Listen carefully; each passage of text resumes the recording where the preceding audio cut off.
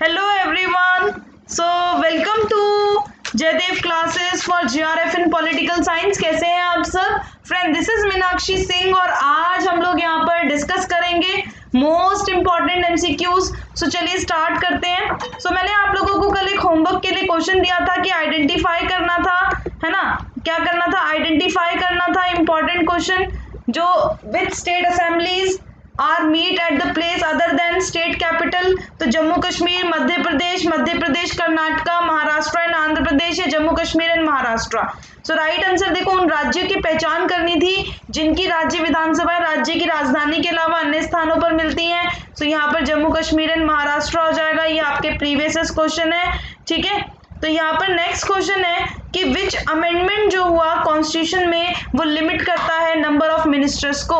तो भारत के संविधान के किस संशोधन में मंत्रियों की संख्या सीमित है? तो यहाँ पर 73rd, 86th, 87th या फिर 91st। तो यहाँ पर राइट आंसर हो जाएगा आपका 91st कॉन्स्टिट्यूशनल अमेंडमेंट, ठीक है। तो ये जो 91st कॉन्स्टिट्यूशनल अमेंडमेंट था, तो ये कब हुआ? बेसिकली मैं आप लोगों को सारे जितने भी अमेंडमेंट यहाँ पर दिए हुए हैं ये सारे बता देती हूँ। देखो 73rd अमेंडमेंट जो था वो आपका पंचायती राज से रिलेटेड है ना। उसके अंदर क्या किया गया था? कॉन्स्टिट्यूशनल स्टेटस दिया गया था, कॉन्स्टिट्यूशनल स्टेटस दिया गया था। और कब हुआ था? 1992 में हुआ था, आप लोगों को याद होगा। उसके बाद अगर हम 86 की बात करें तो जो 86th अमेंडमेंट है बेसिकली ये आप लोगों का ये था 2002 का। कब हुआ था? 2002 में हुआ था ना। किससे रिलेटेड था? एजुकेशन से। तो एजुकेशन से रिलेटेड था। इसमें प्रारंभिक शिक्षा को क्या बना दिया गया? फंडामेंटल राइट बना दिया गया। और आर्टिकल 21 के ए में इसे रखा गया 6 से 14 वर्ष के बच्चों के लिए फ्री शिक्षा की व्यवस्था की गई कि भैया बिल्कुल फ्री एंड कंपलसरी एजुकेशन दी जाएगी। उसके बाद निर्देशक तत्वों में डीपीएसपी में क्या किया गया बच्चों? डीपीएसपी में जो आर्टिकल 45 है ना, तो उसके लिए भी 14 वर्ष की आयु के लिए पूरी मतलब यहाँ पर निःशुल्क और अनिवार्य शिक्षा देंगे। ये स्टेट की क्या होगी? इंपॉर्टेंट रोल होगा स्टेट का। तो यहाँ पर ये कर दिया गया। और अनुच्छेद 51 के ए के तहत एक नया मूल कर्तव्य जोड़ा गया जिसमें हर भारतीय नागरिक का ये कर्तव्य होगा कि वह अपने बच्चों को, चाहे वह उसके माता पिता हो या अभिभावक हो, 6 और 14 वर्ष की उम्र तक शिक्षा की सुविधा उपलब्ध करवाएंगे, ठीक है। उसके बाद 87th अमेंडमेंट 2003 में हुआ था। इसके अंदर बेसिकली क्षेत्रीय निर्वाचन क्षेत्रों को पुनर्निर्धारण किया गया 2001 की जनगणना के आधार पर होगा, ना कि 1991 की जनगणना के आधार पर। और 84th कॉन्स्टिट्यूशनल अमेंडमेंट 2001 में व्यवस्था की गई थी। तो ये हुआ कब था? 87th जो अमेंडमेंट हुआ बेसिकली 2003 में हुआ, ठीक है। उसके बाद 91st कॉन्स्टिट्यूशनल अमेंडमेंट 2003 में हुआ था। इसके अंदर अगर आप देखो तो केंद्रीय मंत्रिपरिषद में प्रधानमंत्री समेत मंत्रियों की संख्या डिसाइड कर दी गई कि लोकसभा की कुल सदस्य संख्या का 15% से अधिक नहीं होगा। ये कौन सा आर्टिकल कहता है? आर्टिकल 75 का ए कहता है संसद के किसी भी सदन का सदस्य यदि दल बदल के आधार पर सदस्य निरर्हक करार दिया जाता है तो ऐसा सदस्य मंत्री होने पर संसद के लिए निरर्हक रहेगा, ठीक है। तो ये ध्यान रखना। इसमें और भी क्या चीजें की गई कि अगर मान लो राज्य में मुख्यमंत्री समेत मंत्रियों की संख्या विधानसभा में कुल सदस्य संख्या के 15% से अधिक नहीं होगी, किंतु राज्य में मुख्यमंत्री समेत मंत्रियों की न्यूनतम संख्या 12 से कम नहीं होगी। तो ये 164 ए में किया गया, ठीक है। और दल बदल से रिलेटेड भी चीजें कर दी गई जो वहां की गई थी, है ना। तो ये ध्यान रखना। और 10वीं अनुसूची में वर्णित जो ये था ना दल बदल आप सबको देखोगे तो इसमें यहाँ पर अगर मान लो किसी भी दल के 1/3 सदस्य दल बदल करते हैं तो उन्हें अयोग्य घोषित नहीं किया जा सकता। इस उपबंध को समाप्त कर दिया गया। इस अर्थ में इसका अर्थ था दोषियों को फूट के आधार पर कोई संरक्षण प्राप्त नहीं है। तो ये 91st कॉन्स्टिट्यूशनल अमेंडमेंट था। उसके बाद देखो नेक्स्ट क्वेश्चन है which one of the following committee is not associated with panchayati raj in India? Sadiq Ali committee, Dinesh Goswami committee, LM Singhvi committee या PK थुंगन कमेटी। तो निम्नलिखित में से कौन सी समिति भारत में पंचायती राज से संबंधित नहीं है? तो यहाँ पर राइट आंसर क्या हो जाएगा? राइट आंसर होगा आप लोगों का option number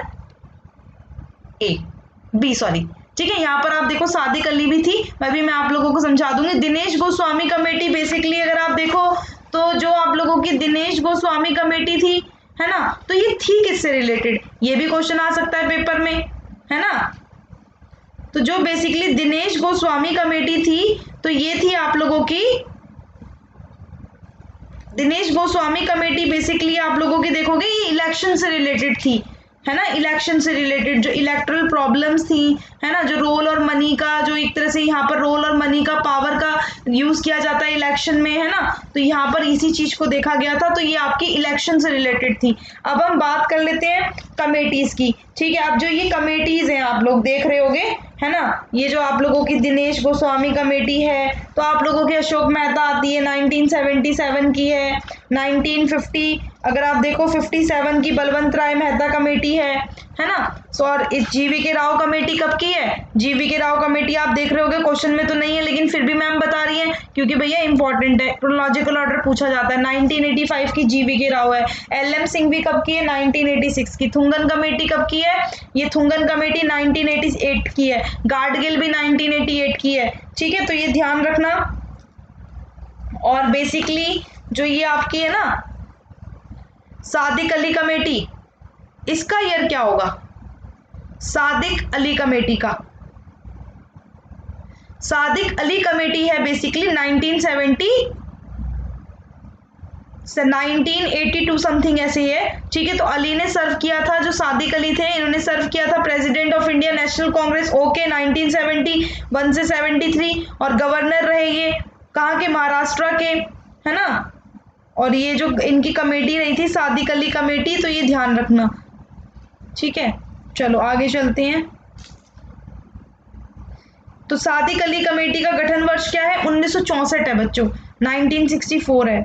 Sadiq Ali committee का गठन का ईयर क्या है? 1964, 1964 का ये गठन किया गया था इस कमेटी का, ठीक है। अगर आप इस कमेटी के बारे में और जानते हो तो कमेंट बॉक्स में जरूर लिखकर बताएं। नेक्स्ट क्वेश्चन है आपका, आइडेंटिफाई करना है correct sequence in which of the following deputy prime minister were appointed in India. तो यहाँ पर आप लोगों के डिप्यूटी प्राइम मिनिस्टर पूछे हुए हैं, तो देखो कौन कौन है, एक बार देखो ध्यान से और कैसे इनका क्रोनोलॉजिकल ऑर्डर होगा।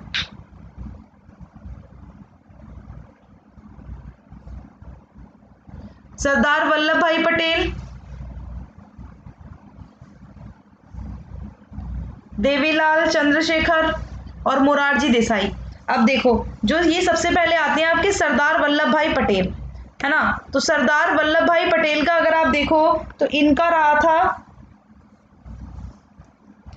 ये आपके, ये जो रहे आपके, है ना, list of deputy prime minister. अगर आप देखो लिस्ट में अगर हम देखेंगे तो सरदार वल्लभ भाई पटेल, इनकी ना लिस्ट में आपको लिखवाऊंगी, ठीक है, मैं आप लोगों को क्लास में लिखवाऊंगी, आप मुझे याद दिलवाना, फिर मैं आप लोगों को लिखवा दूंगी। सबसे पहले तो आपके यही आते हैं, फर्स्ट नंबर पे तो यही आएंगे, ठीक है। और उसके बाद फिर आते हैं आपके सेकंड नंबर पे मोरारजी देसाई, उसके बाद आपके देवीलाल, ये है ना देवीलाल, और फिर आएंगे आपके चौधरी चरण सिंह। तो चौधरी चरण सिंह आते हैं फिर। तो यहाँ पर क्या हो गया, पहले 1 आएगा, फिर 4 आएगा, फिर 2 आएगा, फिर 3 आएगा, है ना। तो यहाँ पर राइट आंसर इज, देखो सबसे पहले, अच्छा राइट आंसर डी दे रखा है। सबसे पहले देखो ये आएगा 1, फिर 4 मोरारजी देसाई, फिर मैंने आपको देवीलाल बताए थे, है ना, और फिर मैंने आपको क्या बताए थे, फिर मैंने आपको चरण सिंह बताए थे, है ना। लास्ट में चौथे नंबर पे चरण सिंह आएंगे, मतलब थर्ड, ये थोड़ा सा ये गलत दे रखा है, ठीक है, ये ध्यान रखना, ये इस हिसाब से तो गलत ही दे रखा है, क्योंकि देखो मैं आपको बता देती हूँ, सरदार वल्लभ भाई पटेल रहे, ठीक है, इनका रहा था, इन्होंने मतलब बेसिकली अगर आप देखो तो 122 दिन तक रहा था इनका time. Morarji Desai second number पे रहे, ये 2 साल के रहे। फिर आपके लाल कृष्ण अडवाणी, फिर चौधरी देवीलाल, फिर बाबू जगजीवन राम, चौधरी चरण सिंह, और उसके बाद लास्ट जो रहे आपके वो रहे थे बलवंत राव चवन, ऐसे करके थे ये, ठीक है। तो ये ध्यान रखना, ये आपके डिप्यूटी प्राइम मिनिस्टर, उसके बाद तो फिर आपको पता ही है हटा दिया गया, है ना। तो ये ध्यान रखिएगा, इसके हिसाब से देख लेना, पहले 1 आएगा, फिर 4 आएगा, फिर 3 आएगा, और यहाँ पर अच्छा सही है, सही है, सही है बच्चों, यहाँ पे ना ये गलत दे रखा है, ऑप्शन में 4 दे दिया है ना, सही है, यहाँ पे डी ऑप्शन होगा, लेकिन यहाँ पर क्या कर दिया है, यहाँ पर डबल दे दिया है यहाँ पर, तो यहाँ पर 4 की जगह क्या होगा 2 होगा, ठीक है, इस 4 की जगह क्या होगा 2 होगा, तो right answer is option number D. चलो ये क्वेश्चन देखो, who of the following constituted an oligarchy within the Constituent Assembly of India? तो यहाँ पर नेहरू, पटेल, आजाद, अंबेडकर, BN राव, KM मुंशी, नेहरू, पटेल, आजाद, मुंशी, अंबेडकर, कृष्णामाचारी, पन्नीकर, नेहरू और पटेल। तो यहाँ पर राइट आंसर हो जाएगा आपका, तो निम्नलिखित में से किसने भारतीय संविधान के भीतर कुलीन तंत्र का गठन किया? तो नेहरू, पटेल और प्रसाद और आजाद का नाम जाना जाता है। उसके बाद आते हैं next, Who describe Indian economy as a block card capitalism? भारतीय अर्थव्यवस्था को ब्लॉक कार्ड कैपिटलिज्म के रूप में वर्णित किसने किया? तो रजनी कोठारी, अतुल कोहली, ग्रैनविल ऑस्टिन या Lloyd and Susanne Rudolph. Right answer is option number D, Lloyd and Susanne Rudolph. इससे क्या आपको याद आया? कमांड पॉलिटी याद आया, डिमांड पॉलिटी और कमांड पॉलिटी। इसकी बात कौन करते हैं? Lloyd and Susanne Rudolph. ये दोनों कौन थे? ये दोनों हस्बैंड वाइफ थे, ठीक है। ब्लॉक कार्ड कैपिटलिज्म भी इन्हीं दोनों का है, तो ध्यान रखना। उसके बाद नेक्स्ट क्वेश्चन है कि who among the following define public administration? कौन बात करता है? अब तो इसका आंसर तो आप ही आराम से ध्यान से सोचो, मैम ने क्या बताया है। मैंने आपको कितनी बार बताया, जहां पर नेशनल, स्टेट और लोकल गवर्नमेंट की बात हो रही हो वहां कौन आएगा? Morstein Marx, Luther Gulick, Herbert Simon या मार्शल डिमोक? यहाँ पर राइट आंसर हो जाएगा आपका option number C, Herbert Simon, क्योंकि यहाँ पर किसकी बात हो रही है? नेशनल, स्टेट और लोकल गवर्नमेंट की बात हो रही है। Very good. आज शाम को आप सबको पता है पेपर है, 8 बजे से लेके 10:30 बजे तक पेपर है आपका, 2 घंटे का पॉलिटिकल साइंस पर, ठीक है। मैंने ये पहला रखा है अनअकैडमी पे इस वाले महीने का, तो भाई सारे बच्चे आना और अपनी पूरी एनालिसिस देखना, पूरा सारी चीजें देखना, अपनी आप लोगों को देखने की तैयारी कहाँ तक हो गई है, ठीक है, कितना ज्यादा और जरूरत है, ठीक है। नेक्स्ट क्वेश्चन है, स्पेन ऑफ कंट्रोल को और किस नाम से जाना जाता है? रिपेयर बॉक्स के द्वारा, गैंग बॉस के द्वारा, military type of free foreman या बिजनेस फ्रंट लाइन? तो स्पेन ऑफ कंट्रोल को जाना जाता है, right answer is option number C, military type of foreman के नाम से, ठीक है, ध्यान रखना। तो ये क्लियर हो गया होगा। चलो, जो वर्ड है ब्यूरोक्रेसी को पहली बार कॉइन किसने किया था? मैक्स वेबर ने, अलेक्जेंडर पॉप ने, एम क्रॉजियर ने या विंसेंट दे गुर्ने ने? आज अगर आप मेरी स्पेशल क्लासेस में आए थे, जो फ्री क्लास होती है 4 बजे, तो वहां पर आज हमने इसको करा था, है ना, याद है? Vincent de Gournay is a correct answer, Vincent de Gournay इसका करेक्ट आंसर हो जाएगा। फिर नेक्स्ट क्वेश्चन है आपका, विच one of the following is the correct function of staff agency?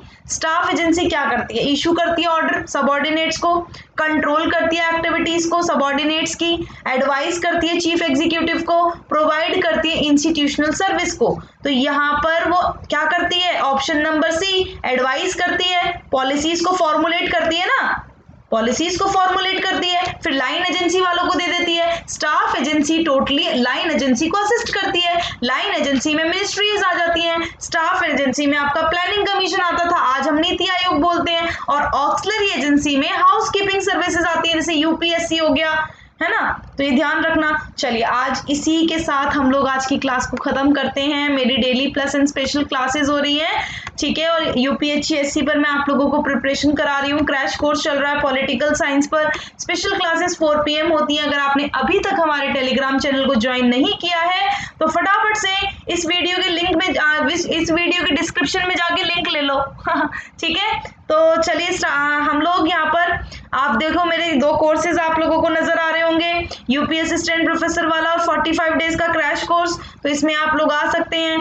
Price hike होने वाले हैं, 3 मंथ और 1 मंथ का सब्सक्रिप्शन बढ़ने वाला है इसके प्राइजेस। अगर आप मुझसे पढ़ना चाहते हैं और मेरे साथ करना चाहते हैं अपनी एनटीए यूजीसी नेट की प्रिपरेशन, तो यूज करिए referral code Meenakshi live to get 10% discount, ठीक है।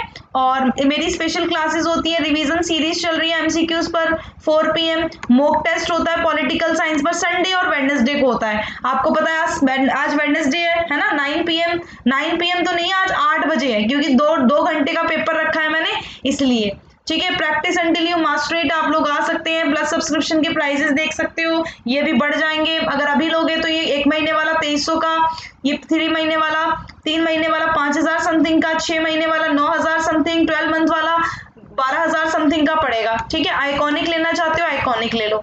सो यूज करना Meenakshi life for getting 10% discount. Thank you and thanks for watching. Bye bye to all. Thank you.